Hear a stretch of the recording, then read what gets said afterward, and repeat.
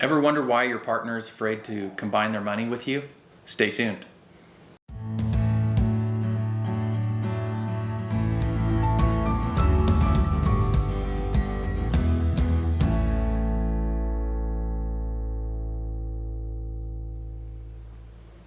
So I'm John.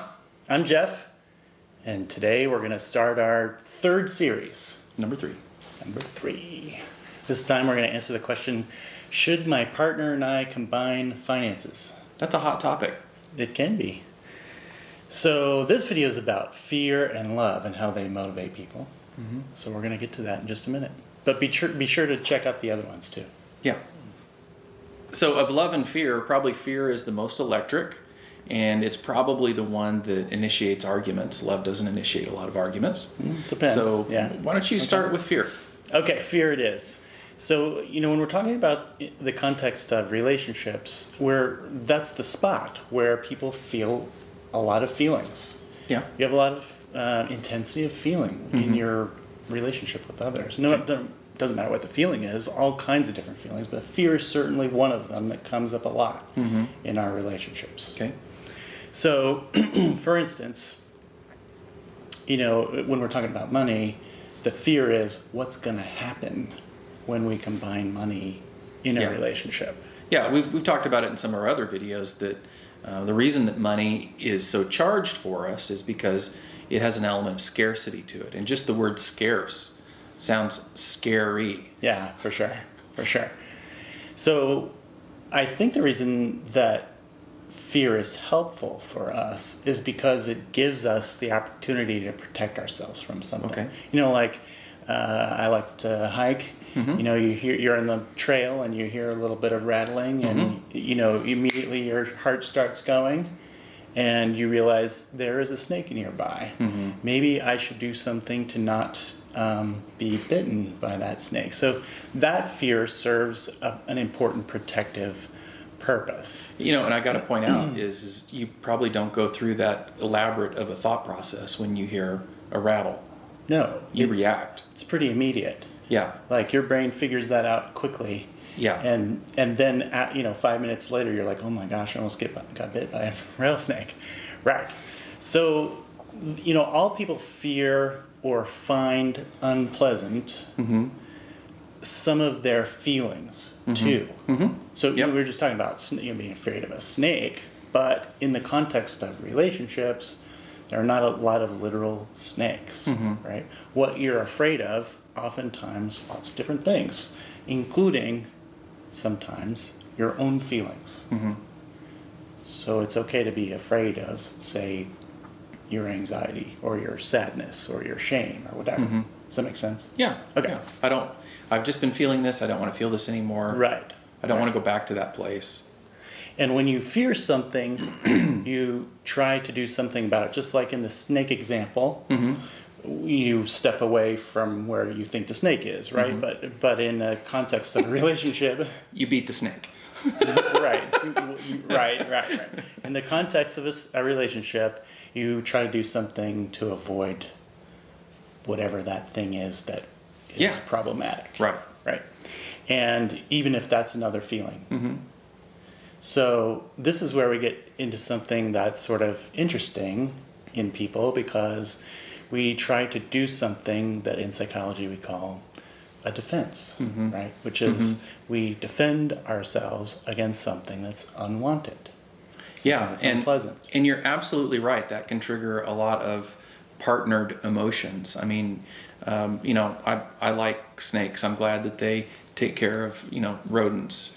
But I can go from scared to angry really quick in trying to defend myself against something that, quite frankly, isn't a threat to me. Yeah. And so, I think we've all experienced that thing where one emotion triggers a different emotion. Yes. For whatever reason.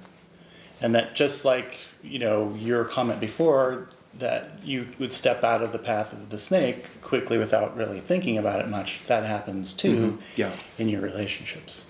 So let's talk about a few ways in which people might protect themselves. Okay, great. Okay, so let's say the first one we'll talk about, perhaps you prefer a way of defending against unwanted feelings that's literally to avoid the subject. So your partner, brings up the subject of money, and you literally walk out of the room. Right. Or here's another one. Perhaps you deny there's a problem. We don't have a problem with this. Literally. Yes. People will say, we don't have a problem with money. They could be completely bankrupt. Right. And they'll say, we don't have any problem. This is all good. That's right. Another way you might defend against some unpleasant feeling would be to crack a joke. Redirect. Humor. People love to use humor to sort of cope with things that are tough. Yeah. Right? And one of my favorites is to intellectualize. This can be kind of a nasty one. Explain. Because it's like you can avoid the problem by sort of thinking it to death. Overthinking, you've heard that kind of... Right. Yeah. And sometimes doing that unintentionally probably makes the person who's listening feel sort of stupid. So they kind of shut down their comments about money. Right. Or anything. It doesn't have to be about money. So this might actually be described as overpowering. In a way, it could be. It's a way that you could express power. Right. Is I'm going to discuss this in such a way, in a technical way, in a philosophical way, that either bores you to tears, or we go on to something else, or just makes it not worth engaging. You don't want to fight anymore. Okay. About it. Yeah. And the last example I'll give is that maybe you raise your voice or you swear, at your partner to overwhelm them, and that's sort of like the use of power, like physical intimidation or verbal intimidation, and they just want to stop. Yeah. Those are just a couple of I'm sure. hundreds of possible ways that people try to cope with something that's unpleasant to them, like fear. Or one of the complications we have when there's fear in a relationship, whether it's about money or anything, is that when someone you love elicits an unwanted or a painful feeling, there's a potential for a serious conflict. And that's, of course, true with money. Money is not really the cause of the argument. Right, There's something else going on that's connected with money. Right. So when you have a situation where someone you love or who loves you is eliciting, unpleasant feelings, there's a good chance that there's high conflict right there, high intensity of conflict. Does that make sense? Sure. Okay. So fear about combining money is the cue. That's the cue we want to pay attention to because it tells us that there's something wrong in the relationship and we need to do something about it right then. Yeah, let me say this again. We've said this in some of our other videos that there's really nothing special about money. It is one of the things that we experience in life that we have scarcity around. So maybe you don't get enough sleep because of your schedule. Maybe you only have so much creative energy for the day. Maybe you only have so much patience. Maybe you only have so much gasoline available to you today and so many miles to drive. We all deal with things that are scarce. And at its fundamental root, a relationship is a combination of two people that are sharing resources in order to accomplish common goals. Yeah. And so, for somebody to go, well, we share lots of things, but we're never going to share money. That should be an interesting cue or an interesting moment that there might be something going on with one or both of the parties that makes money somehow sacred, or there's some history that makes that scarce resource different or interesting. So, so everything that Jeff's talking about here with not sharing our money, we could rewind and redo this video with 10 other resources. And maybe if you're going, well, we don't argue about money. It's not that we don't share money. Maybe it's something else that's off limits to share. Right. Yeah. It's in a sense, money is sort of a placeholder for an idea. Right. Okay. Good. So let's move on to the next thing. Love is the next subject. Another interesting motivator. There are many motivators in life. Just fear and love are the two that we chose to talk about today. But it's a very interesting motivator. You remember falling in love with your wife? I do. And you remember all the stuff you did, to express The dumb love. stuff, all the Yeah. dumb stuff I did. Yeah, I do actually. Yeah, it was a strong Yeah. motivator for you. Mhm. I bet you sent her flowers or sent her notes or called her or whatever. Right. Yeah, and I'm sure you asked about her day. And Yeah, do that every day days. still. Yeah. But how would love be a part of causing money problems, right? Like, that doesn't make sense, does it? Well, it kind of does, right? Yeah. So, what if your partner thinks if you don't combine money, you don't love them? Mm-hmm. Right? Another way of saying that is, if you love someone, wouldn't you do anything for them? Mm-hmm. Well, we all have limits, right? Yes, we do. But what happens to the idea of love is unconditional, or love is, you made a commitment, didn't you? Right, In sickness and in health. Right. So where are those limits? Well, they're going to be on the edges of where I'm comfortable. Yeah, that's right. That's right. So love is experienced as more powerful when you give what the other needs. Mm-hmm. This is not actually a new idea. No. There's a book on this subject Mm-hmm. and from years ago that's really popular, and it's just the basic idea that if you understand what someone else needs, then it's better to give them what they need rather than what you might Value, want. sure. Right. And I think we all basically understand that idea, right? If your Mm-hmm. wife really, really loves getting flowers, Mm-hmm. it's better to give her flowers than chocolate. Right. Unless she really loves chocolate. Then you give her both, right? But it helps to remind, because just because we know it's true doesn't mean we do it. Correct. We're more likely to give something we might want. Right. Right. But I think the thing is that when you're giving what other people, your partner needs, it's really important that it's reciprocal. Mm-hmm. Reciprocity is sort of the idea that you would give in equal shares. Each person would give in equal shares. It doesn't have to be, it's not a ledger. Right? Mm-hmm. You're not going to figure out exactly how much you gave compared to exactly how much they gave. Right. But you have a general sense that you're giving in equal shares. Mm-hmm. One person isn't giving more, Right. a lot more, so that there's an imbalance. Or if there is an imbalance, there's been a discussion about that, right? Like, so that for this period of time, I'm going to go back to school and you're going to be the breadwinner, and then that's a sacrifice we make for a Right. larger goal. We used to say in business that one of the great ways to tell if a partnership was going well was when both partners were focused on building the pie, taking Yes. care of the pie. That's right. And at the moment that the partners became far more interested in how the pie was going to be divvied up, that was the beginning of the end. Because nobody was focused on building the pie, because distrust was starting to come in. And so that's the idea that you're talking about, is that we equally pour into the pie.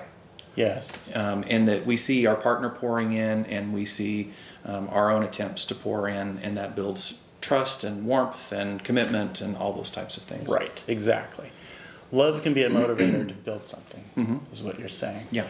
Yeah, and I think one of the things that happens commonly is that someone in a relationship is more likely to be what I think of as an accommodator or a people pleaser. Okay. You know what I'm saying? So you might say, that person might say, well, I really love them, so I'm going to do what they want. And they just do that as a kind of blanket thing.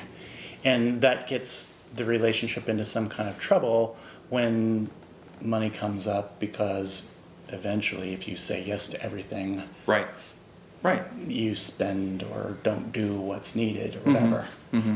So it causes a kind of problem. Right. All right. So how do we know whether we should combine finances? So let's, there's no magic answer here, right? Okay. Like, we're not going to give you a magic answer. But we are going to give you some questions to help you figure it out. So first question, what are you afraid might happen if the finances were combined? And what are the possible solutions to those problems? Okay. So, sit down with your partner and both answer that question. What are you afraid is going to happen if you Mm-hmm. combine? Mm-hmm. And then try to figure out, is there a reasonable solution to whatever that problem is, okay?